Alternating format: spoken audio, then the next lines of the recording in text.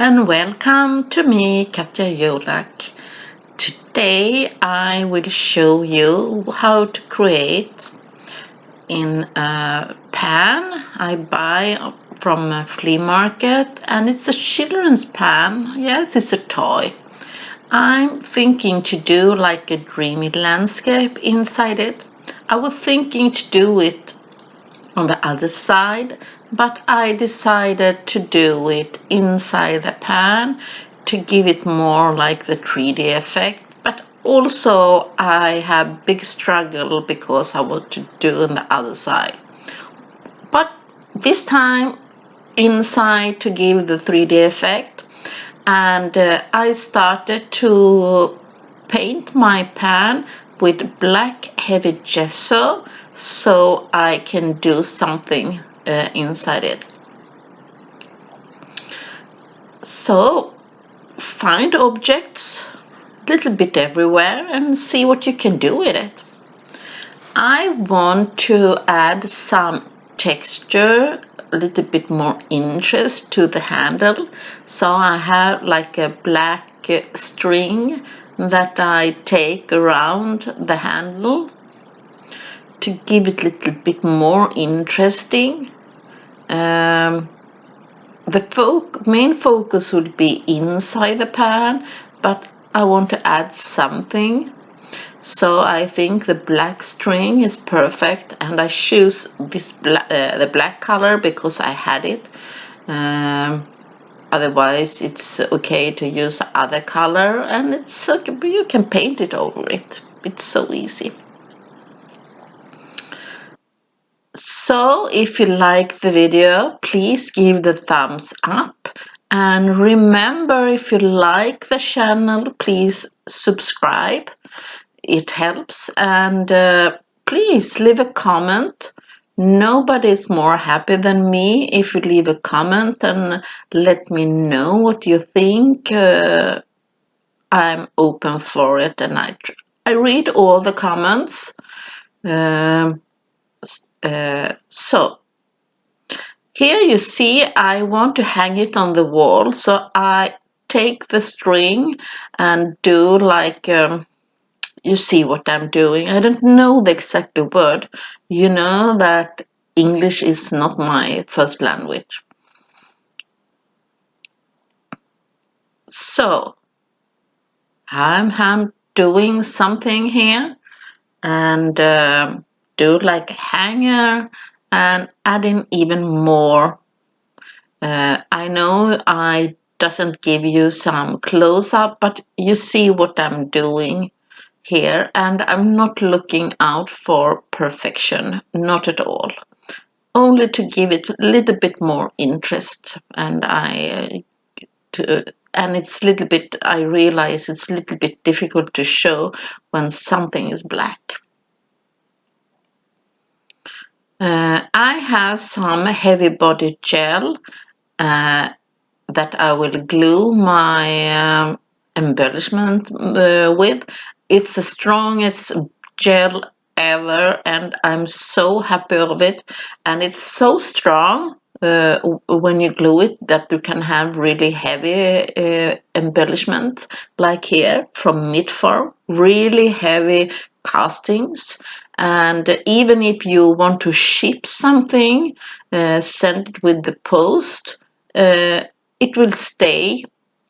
That's why I use the gel so much, because it will, I'm sure that when it will dry, it will stay. And also it takes a little bit time before it dries up. And when you're doing like a composition, perhaps you want to move things around. You doesn't know exactly when you start, where to add the embellishments. So that's why I really enjoy to have a gel instead of using glue gun. You see, I have some castings. I also have some embellishment, the rusty orange gears. They are made in molds, and when I did them, I have a little bit of the mica powder inside it, and that's why they look like that. That was a test with a mica, and now I will paint over them to give the black color instead. But that's a way how to use mica.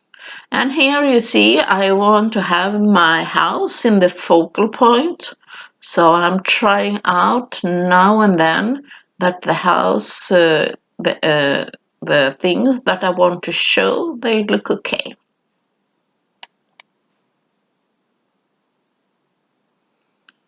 And you see, I'm moving things around. I changed my mind there, and that's why the gel works so perfectly. I can pick out something and change it while I'm doing the process. And now you see, I have a close-up for you and trying out. I have these mechanical stars because it's my like a dreamy landscape in my pan.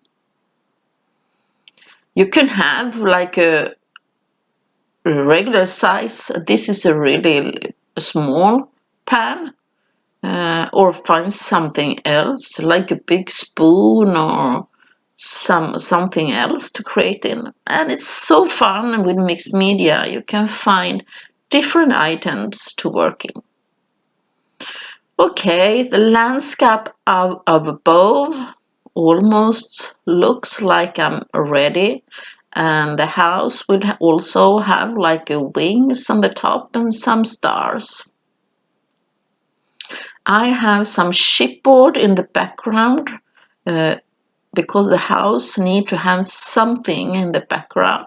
So wooden pieces, chipboard pieces, cardboard, anything works to have like give you some layering. So you see me, I'm adding also some sisal. I'm so sorry, I'm a little bit out of the camera. I'm adding sisal here, like the garden space, and also these leaves, and they are so good because you can shape them up in the how do you want it, because I want my leaves to go a little bit down here, so it's easy, you can bend them very easy to give them the form or shape you like. So it will be like a garden downside, and I'm out of camera again, so sorry. Okay, I have these melange art pebbles, really favorites, and I will add some of them on the side of the pan, and I also use them on the heavy body gel. And my composition in the pan,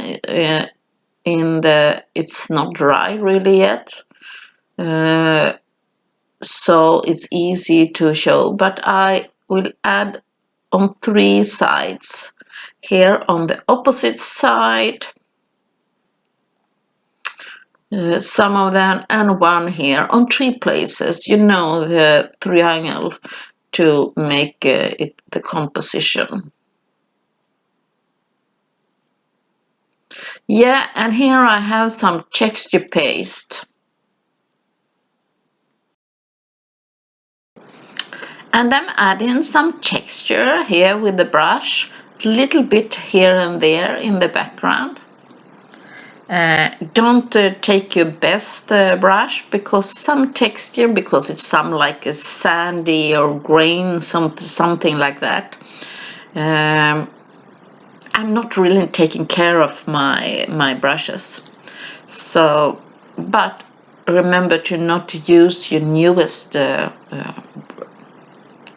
brush when you're adding texture to your project. I'm tapping here and there in the gaps to give it a little bit like a sandy effect. Also inside and also on the outside, and not everywhere. Some places more and some places left. And this is white texture paste. There are many different kind of pastes, and you choose the paste that you think makes best effect to your project. A little bit here and there, and I will be drying it up.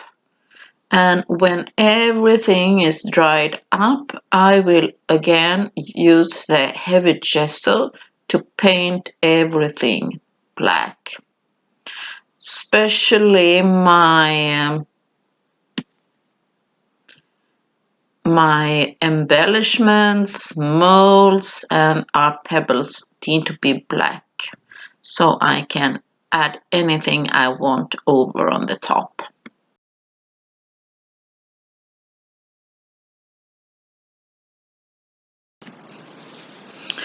Then I have the rust effect paste, 3 jars. I start with the darkest one, and it's a little bit difficult to show because my projects, but I use these dabbing brushes also, and I usually use the darkest color, the brown color, for my background because it's really dark, but for background it works perfectly. So I'm tapping it really well, and remember to close your jars after using them because it's so much texture in the pastes, it dry really quickly.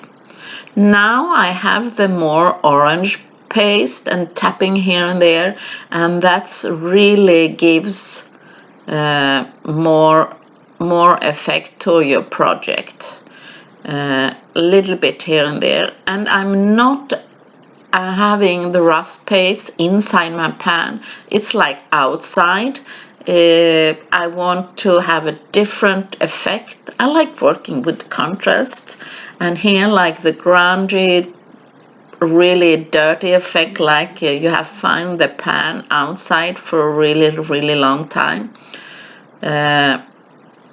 So only on the outside, on the edges, and I'm ending with the yellow one, and the yellow one, it's that have not so much texture, and it's perfect to have these stiff dabbing brushes because the rust paste really destroy your best brush. You need to have like a strong brush and to not have so much soft brush. And you see my embellishments fall away a bit.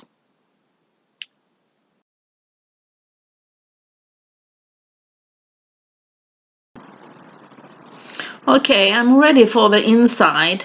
It's black and the outside it's almost finished, and I will use a brownish color from the Finnabair set Serenity, and adding like a half teaspoon of powder in a bottle, and I'm shaking it well, not upside down, sidewise, to not the mica powder will clog. And then I spray inside, and immediately gives like a shiny real effect. And I realize my spray goes a little bit here and there, so adding something to pick up. So it gives like a nice really effect in the background, and I really love it. And my embellishments are not really dry yet. Now it's ready for the soft matte gel and Finnabair glass glitter. And I'm adding the soft matte gel. It's a very thin gel, and it's perfect for glitter and beads and like that. And all the pastes, they are translucent when they dried up. And at the same time I have this moon face here up on the top. So glass glitter is to give even more texture in this time, because I will paint over it, and also to give even more shimmer. But for this one I have the glass glitter in black and brown, and placing them inside my pan, and to give it like extra texture on some places, and I mix them if some of the colors will show a little bit. But so you see, I have some extra here because I believe on the nights in the dreamy landscape it's giving a special effect. I'm having this label that says perfection is overrated, and I want to add like a metallic wire to hold it, because in my eyes it was looking a little bit strange because it was on the top there. So I'm adding wire just so it can be look like natural to hold it, and randomly just let it go around the pan, and I will leave it like that in the golden color to not do so much about it. No perfection here, not at all. It's only to show that it will like stay in place. And here I have a brown rusty paste from another set, and it's really more reddish color, and I have a really small brush to tapping here because I want to give this a little bit more rusty effect, reddish effect to my project, to give it a little bit more interest. And here I have some places on the leaves and on the houses, on not so many places.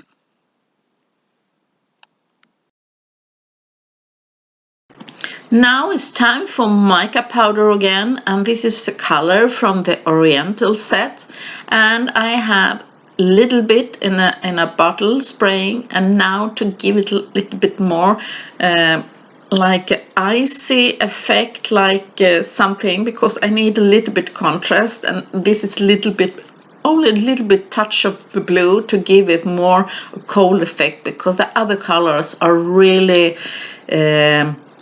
warmth and yellow, and I need something to give a little bit more contrast to the inside, and this is more cold effect.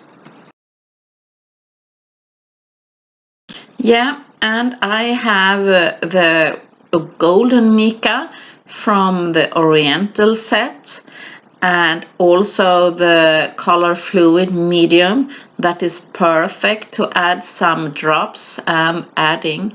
And if you add more mica, it gets more color, and this is given like a bronzy goldy color or something like that, and I'm using this to give like a highlight effect, and it looks so amazingly gorgeous, goldy effect. You can't believe it. It's so difficult to show here when you're recording. And if you want to have more color, only add more mica,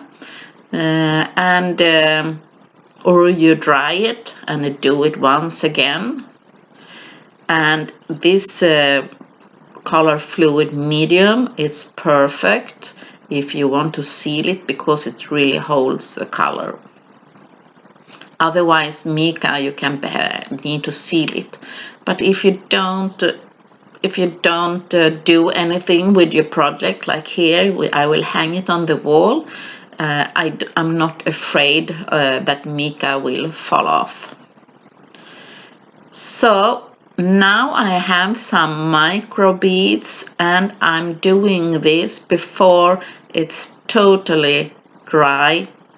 And you see I'm tapping even more here and there, and the micro beads are so small, so you can really tap them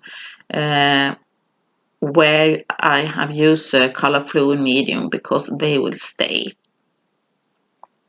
Okay, my project soon will be finished. I think it missed something because my house is in the focal point.